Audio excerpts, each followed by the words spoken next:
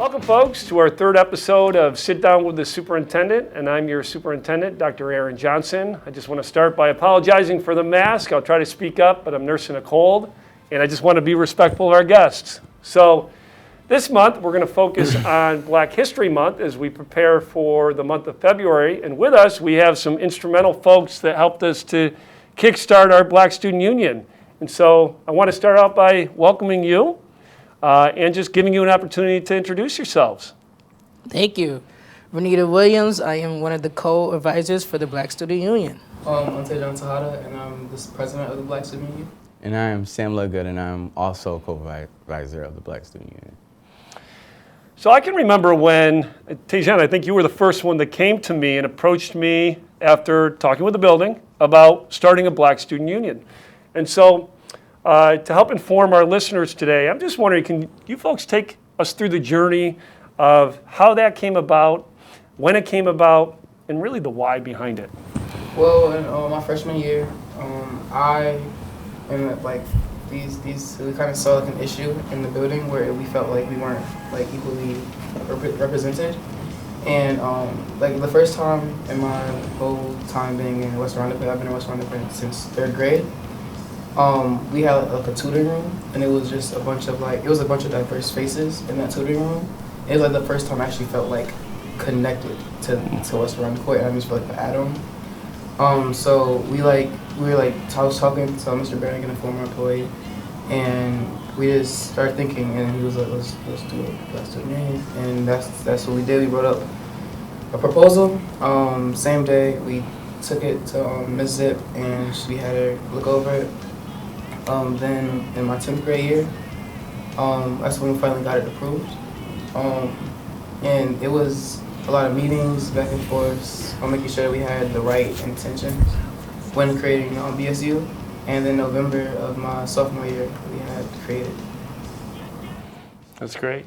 That's what it's all about with our students, who see a need, and you organize, you form a plan of action, and you execute that. So kudos to you.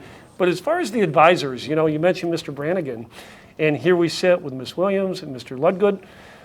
And trusted adults are obviously extremely important in everything we do with students. So tell us your why. What led you to this cause, this initiative?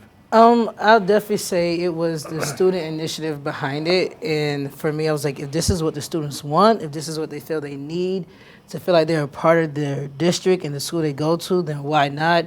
I just remember all the great memories I had in undergrad, being a part of the Black Student Union, and I just wanted to share and help other students and students of color have similar experiences, because it really can be Black student unions or any kind of unions can be really a unifying moment for students, but as well, it gives them that leadership role to then go back and educate their peers on different things they may not know. So that is my why I decided to co-advise.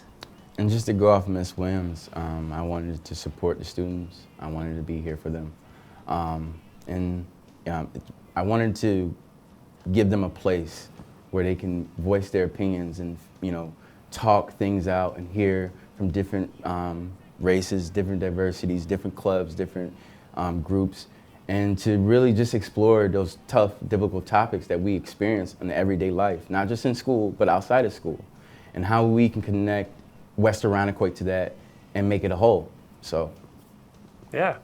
Well, I'll tell you, I had the pleasure. I mean, you invited me to one of your meetings, TeJon. I can remember going there and just being floored because, you have the support of advisors, but I walked in and it was the students who had organized the agenda. Yep. You facilitated from top to bottom, and I can remember the questions, the prompts that you had, how you facilitated, and as you said, Mr. Ludgood, it was like a diverse set. It was everybody, Absolutely. So if you could, tell me a little bit more about the membership, how many people there are, what types of activities you've been involved in since kicking it off. First, like our advisors in our government, like BSU government, there's a total of 9 of us. So we have our vice president, Abiola. We have another vice president, Zoe Briggs. We have our social media and like kind of media person, Kayla Jean-Jacques. We have our secretary, Sarah Hall, and our treasurer, Zoe Darmiento. And then on the advisor end, we have lovely Miss Williams and also Tony Honorado, who's a big help. So that's like our 9 government and staff. And then when it comes to actually in terms of meetings, last year we had up to 32 members. At the start of this year, especially because of sports, we are kind of on a lower number, so we are trying to get more members. Right. But yeah, I'm up to 32. Right. So that's a good plug. If there's people out there, whether students or staff, and you're interested in experiencing a meeting, seeing what it's all about, when do you meet? We meet every Thursday in room 309. Okay. The 3:15 to 4:15-ish. Sometimes we go Right. over that. But also something I want to say, BSU isn't just for like Black students. Right. It's for all students. We have, because it's not only about like sharing the experience. It's about learning about experience, so you can make others feel comfortable at IHS. That's a critical point. I'm glad you made that. So as we shift gears here a little bit, can we talk a little bit about the direction? What are some of the plans? What are some of your goals in the next 6 months, the next year? Well, actually, Black History Month is going to be a big month for us. Kind of being like a known presence in the school is something that we've been trying to do since last year. So kind of just getting in front of the students more. Also trying to have more events. So we actually do work with Erase. And we have been to their Juneteenth event and vendor events, just kind of just telling our story. Right. This year we plan to do the same thing and have more Juneteenth, more activities out with the community as well. That's kind of what we're hoping for now that we're more, so like we're more Connected? Yeah, we're more connected and we're more like kind of set our feet. So. Yeah. And I will say they have done an excellent job with just trying different ways to get their names out there. I remember last year doing like the flag football tournament as well as the senior night for flag football. They actually came out and sold concessions. So teaming up with the sports world. So they have done a really great job as a group of students just finding different avenues to get the message delivered. And they're doing great. And I think it's more to come. I think this is just the beginning. Right. So I have 2 questions. First is for the adults. You shared a little bit about your why, and you started to compliment TeJon a little bit. But I want to give you a chance if there's more that you want to say. As far as filling some buckets, you're inspiring our next generation of leaders, of civic activists in our community. What would you like to tell them? Like, what would I like to tell TeJon? TeJon, or just the In group at general, large, ooh. or Jeez, put me on the spot right there, Dr. Right. J. For me, that the change it's a process. right, And that in that process, we take along, we taking everybody along with us. right, And that this is not just a self thing, this is a everybody thing. And putting everybody and making everybody aware of the things that are going on, not just in the Black community, but again, as a whole. And that's what we're trying to do as the Black Student Union, is to make everybody feel welcome Right. and come aboard, and there's different things that everybody experienced, but we want to make this thing a safe place where you can come and we can talk about our differences, and we can talk about our experience and get a better understanding of each other. Right. And I welcome the teachers, I welcome the staff to come. I think it helps solve some of the issues that go on, that gap, that relationship gap of just, make an appearance, Yeah. Showing your face. That's a lot. When you came, that was a lot for the students. That meant a lot. And it goes a long way. So I think that sometimes as the staff, as adults, we get so caught up in everyday things and that we know. But just taking 5 minutes out of your time, just to ask questions about it or Right. to just poke your head in and see, I think that would mean a lot for the kids. And I think that would push in the direction that we would like to go. be curious, foster that community, right, and learn Yeah. from one another. Yeah. Anything to add to that?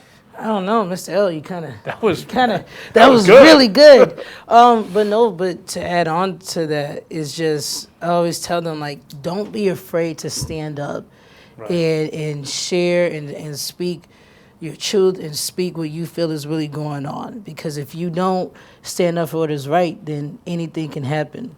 But by standing up for what you feel is right, to stand up for what you feel is what you feel that everybody needs. Because like Ms. L says, this is not just a you thing. This is a everybody. This is your whole community. And how can we strengthen those bonds? Because I truly feel like the only way things can get better is we start hearing each other. And they are setting a great example of listening to one another and then building from there.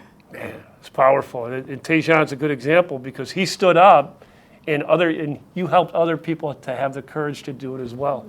So with that, last question to close out our session today. I mentioned Black History Month, right? And so we're going to be doing with Mr. DeVeronica in Public Information in collaboration with the building, asking people around IHS what that means to them. So I'd like to start with TeJon. What does Black History Month mean to you?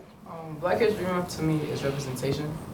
So like kind of putting like Black figures in the spotlight, on the spotlight that I feel isn't recognized as much or not turned up as high as it should be.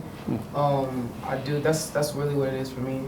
Connection. I know Black History Month is kind of like, it's kind of a way for like me to, because it's kind of a way for me to feel connected to like a lot of my peers. Because there's a lot of different like types of people, and we all don't have the same interests, but that's something that we can all kind of come together on and learn each other's like experiences with this Black History Month. Great. Ludgood, Ms. Williams?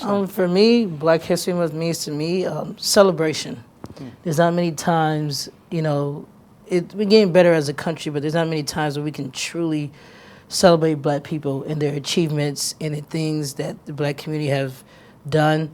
And this is a month where we can celebrate all those amazing achievements from the past, present, and hopefully in the future. It's outstanding. For me, it's being seen. We are not seen for a lot of times, and for this month to just be seen, not for, for the things that, cause conflict, but for, like TeJon said, for celebration, for the things that we have contributed and built. And I think that is the most important part, is just being seen and being acknowledged and celebrating that. Going off of Ms. Williams, celebrating that and actually truly celebrating and not just fly by and, right. just, going through the motions. But that's a part where we all are connected, Yeah. And like you said, we are all different people, but at this time, I do feel connected. Yeah. And, just wanting to know, like, this month, just to be seen and not just to go through the motions. It's great. Critical, essential contributions that for decades, centuries have been overlooked. And so calling attention to not only that, but all the wonderful things that are happening now, and also the people and the community that you're talking about. Well, I couldn't be more proud and more happy as a superintendent to be a part of the work and support you in any way. TeJon, let me know when I can come back. It was a fabulous experience. Make that happen again soon, all right? Appreciate your time. Thank you. And I hope everybody has a wonderful Black History Month coming up in February. And please take the time to dig into something, to learn something, and to celebrate some of the important, rich history associated with this month of celebration. Thank you.